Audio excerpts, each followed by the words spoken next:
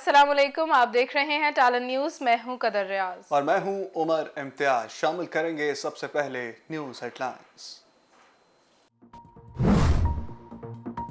वज़ीर-ए-आज़म इमरान खान कहते हैं कानून साजी ज़्यादती या सियासी फवाद के लिए नहीं कर रहे।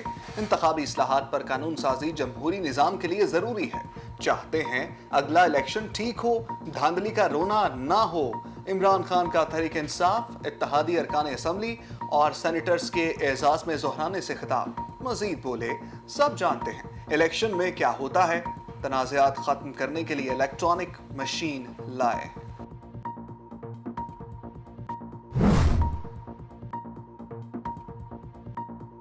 आर्मी पब्लिक स्कूल हमला केस में वज़ीर-ए-आज़म सुप्रीम कोर्ट तलब। सानेहा सिक्योरिटी की नाकामी था। हमारी एजेंसियों को हर बात की खबर होती है, लेकिन जब अपने लोगों की सिक्योरिटी का मामला आता है तो वो नाकाम हो जाती है। चीफ जस्टिस के रिमार्क्स। आला हुकाम के खिलाफ FIR दर्ज ना होने पर चीफ जस्टिस का इजहार बरहमी। अपनी गलतियां तस्लीम करते हैं, अपना दफ्तर छोड़ दूंगा मगर किसी गलती का दिफा नहीं करूंगा। अटॉर्नी जनरल का अदालत में बयान। समाअत 4 हफ्तों के लिए मुलतवी।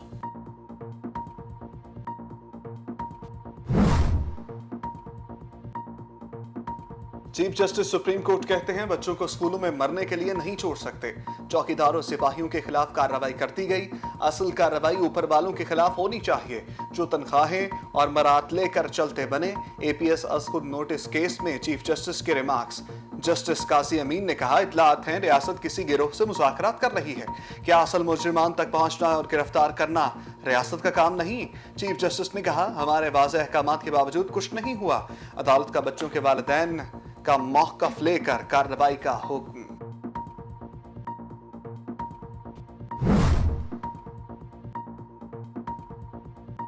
चीफ जस्टिस का हुक्म। वज़ीर-ए-आज़म इमरान खान सुप्रीम कोर्ट पेश हो गए। मुल्क में कोई मुकद्दस गाय नहीं, अदालत हुक्म दे हम एक्शन लेंगे। वज़ीर-ए-आज़म का अदालत में बयान। आपने सानेहा के जिम्मेदारान के खिलाफ क्या किया? चीफ जस्टिस के सवाल पर इमरान खान बोले, उस वक्त मेरी हुकूमत नहीं थी, फिर भी वालिदैन से मिला। आप पता लगाएं 80,000 अफराद किस वजह से मारे गए। 480 ड्रोन हमलों का जिम्मेदार कौन है? चीफ जस्टिस बोले, ये पता लगाना आपका काम है, आप वज़ीर-ए-आज़म हैं। वज़ीर-ए-आज़म ने कहा, मामले की इंक्वायरी के लिए आला सतह का तहकीकाती कमीशन बना दें। वज़ीर-ए-आज़म ने अदालत को इंसाफ के तकाजे पूरे करने की यकीन दहानी कराई।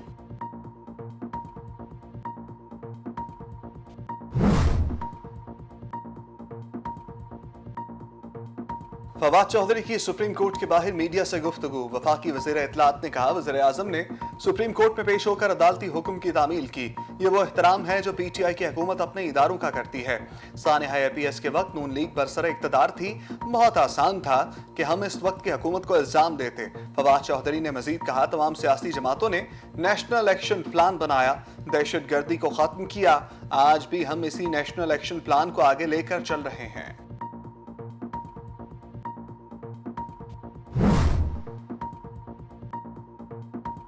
खतरे की कोई बात नहीं, वज़ीर-ए-आज़म इमरान खान 5 साल पूरे करेंगे। शेख रशीद का दावा।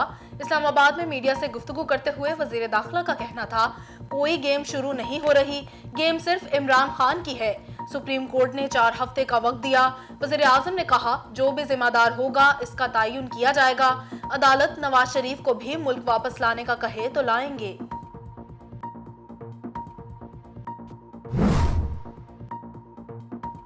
सानेहा APS केस से मुतालिक तर्जुमान नून लीग की हुकूमत पर लफ्जी गोलाबारी।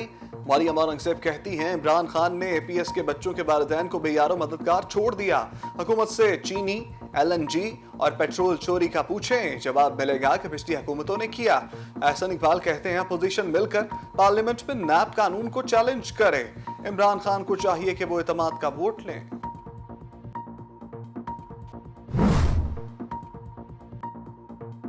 सदर मुमलिकत आरिफ अलवी ने कल सेनेट और कौमी असम्बली का मुश्तरका इजलास बुला लिया। इजलास में हुकूमत की जानिब से मुख्तलिफ बिल्स कानून साजी के लिए पेश किए जाएंगे। फवाद चौधरी कहते हैं, पार्लियामेंट के इजलास में इंतखाबी इस्लाहात समेत मुख्तलिफ कवानीन मंजूर होंगे।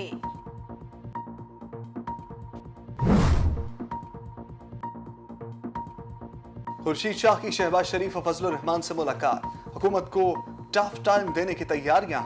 पार्लियामेंट और सियासी सूरत हाल पर तबादला ख्याल। नून लीग और पीपल्स पार्टी का मिलकर हुकूमती कानून साजी पर इत्तफाक।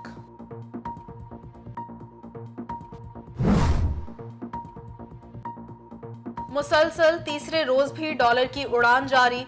इंटरबैंक में अमेरिकी करेंसी 1 रुपया 2 पैसे महंगी होकर 172 रुपए 65 पैसे की हो गई। गुज़श्ता रोज भी इंटरबैंक में डॉलर 1 रुपये 12 पैसे महंगा होकर 171 रुपए 63 पैसे पर बंद हुआ।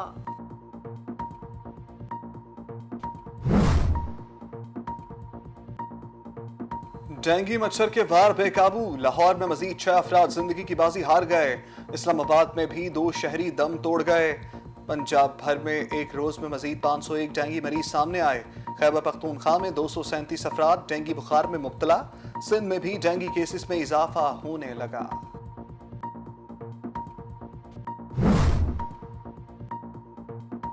मुल्क भर में कोरोना से मजीद 8 अफराद लुकमा अजल बन गए।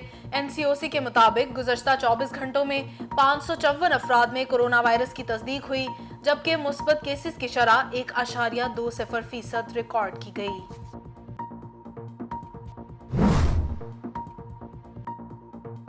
मुल्क के बेशतर इलाकों में आज मौसम खुश्क और सर्द रहा। पंजाब, सिंध और खैबर पख्तूनख्वा के मुख्तलिफ इलाकों में मतला बरालूद रहा।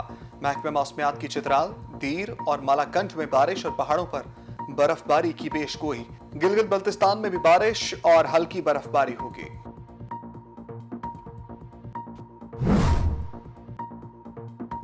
नोबेल इनाम याफ्ता मलाला यूसुफजई निकाह के बंधन में बंध गई। तस्वीर सोशल मीडिया पर शेयर। मलाला ने अपने ट्विटर पैगाम में लिखा, आज जिंदगी का कीमती दिन है। बर्मिंघम में घर वालों के साथ निकाह की एक छोटी सी तकरीब रखी गई। मलाला यूसुफजई के शौहर असर मलिक पीसीबी के हाई परफॉर्मेंस सेंटर में जनरल मेजर ऑपरेशंस के ओहदे पर तैनात हैं। दुनिया भर से मशहूर सियासतदानों और अहम शख्सियात की नए जोड़े को मुबारकबाद, नेक ख्वाहिशात का इजहार किया।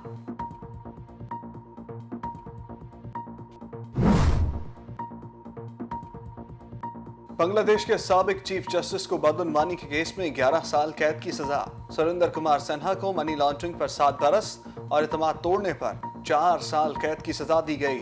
साबिक चीफ जस्टिस की दोनों सजाएं साथ साथ चलेंगी।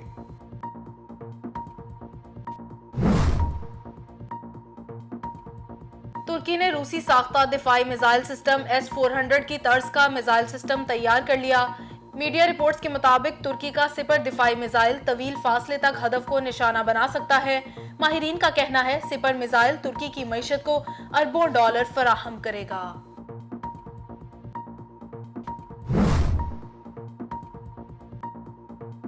Market T20 world cup, New Zealand और इंग्लैंड पहले सेमीफाइनल में कुछ देर बाद आमने सामने।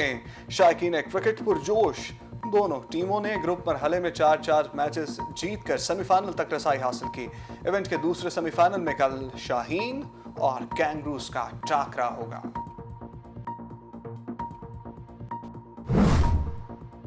आईसीसी ने T20 की नई रैंकिंग जारी कर दी। बाबर आजम दुनिया के नंबर 1 बल्लेबाज बरकरार। इंग्लिश बल्लेबाज डेविड मिलान का दूसरा नंबर। जनूबी अफ्रीका के एडन 3 दर्जा तरक्की के बाद तीसरी पोजीशन पर आ गए। बॉलिंग और ऑलराउंडर रैंकिंग में कोई पाकिस्तानी खिलाड़ी टॉप 10 पोजीशन में जगह ना बना सका। और हॉलीवुड सुपरस्टार द रॉक के परस्तार हो जाए तैयार। एक्शन फिल्म रेड नोटिस का फाइनल ट्रेलर जारी। एक्शन से भरपूर फिल्म में मिलेगा कदम कदम पर थ्रिल। द रॉक के चाहने वाले इन्हें मुनफरिद अंदाज में देखेंगे।